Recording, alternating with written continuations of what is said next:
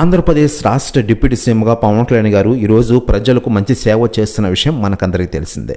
మరోవైపు తెలుగు ఇండస్ట్రీలో ఇటీవల రిలీజ్ అయిన సినిమాలకి టికెట్ రేట్ల పెంపు విషయంలో కూడా పవన్ కళ్యాణ్ గారు సంచలన నిర్ణయం తీసుకుంటూ ఉన్నారు.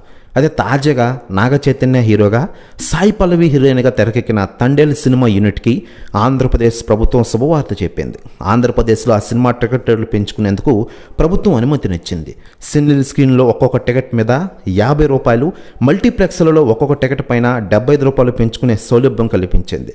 ఇక ఈ సినిమా రిలీజ్ అయిన వారం రోజుల వరకు రేట్లు పెంచే అవకాశం ఉందని వారు తెలిపారు. ఆంధ్రప్రదేశ్లోని శ్రీకాకుళం చెందిన కొంతమంది మత్స్యకారుల చేపవేట కోసం గుజరాత్ తీయడానికి వెళ్ళి అక్కడ అనుకోకుండా పాకిస్తాన్ జలాల్లోకి ఎంటర్ అయ్యారు. వెంటనే వారి పాకిస్తాన్ నేవీ అదుపులోకి తీసుకుని జైల్లో పెట్టింది. ఇది ఈ సినిమా కథ.